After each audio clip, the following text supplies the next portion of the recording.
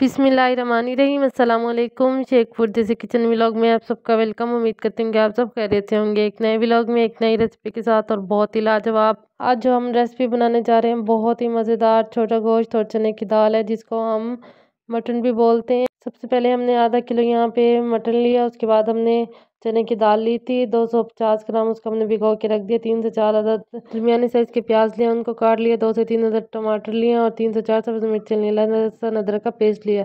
इन तमाम मसालों को हम प्रेशर में डाल देंगे और एक मग इसमें पानी शामिल कर देंगे। पानी शामिल करने के बाद हमने इसमें स्पाइसी शामिल कर देने हैं, जिसमें हमने सबसे पहले नमक लिया था 1 चम्मच पिसा हुआ धनिया, 1 चम्मच हमने यहाँ पे लाल मिर्च पाउडर लिया है और 1 चम्मच इसमें हम हल्दी पाउडर शामिल कर देंगे। मसालों की क्वांटिटी आप अपने टेस्ट के मुताबिक कम या ज़्यादा कर सकते हैं। अच्छी तरह से इसको मिक्स करेंगे और हम इसको 20 मिनट का प्रेशर देंगे। आपको पता है ये मटन या बीफ जब भी हम बनाते हैं तो उसको थोड़ी देर ज़्यादा प्रेशर देना पड़ता है, जिससे वो अच्छी तरह से गल जाते हैं।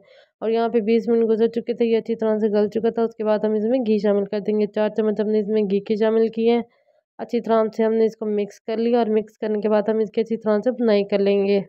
कम से कम भी हमने इसकी बुनाई 20 से 25 मिनट तक करनी है, जिससे इसकी सारी स्मेल ख़त्म हो जाएगी। और अगर अभी तक आपने मेरे चैनल को सब्सक्राइब नहीं किया तो अपने प्यारे प्यारे हाथों से मेरे चैनल को सब्सक्राइब कर लें और बेल आइकन को प्रेस करना मत भूलें, ताकि मेरी हर नई आने वाली वीडियो की नोटिफिकेशन आप लोगों तक बआसानी पहुंच सके। यहाँ पे माशाल्लाह से 25 मिनट गुजर चुकी थी, इसकी बुनाई अच्छी तरह से हो चुकी थी। चने की दाल को हमने पहले से ही भिगो के रख दिया था 2-3 घंटे पहले, और वो हम इसमें शामिल कर देंगे। और चने की दाल शामिल करने के बाद हम इसको अच्छी तरह से मिक्स करेंगे और फिर हम इसमें गर्म मसाला शामिल कर देंगे। फिर हम इसकी मज़ीद बुनाई कर लेंगे।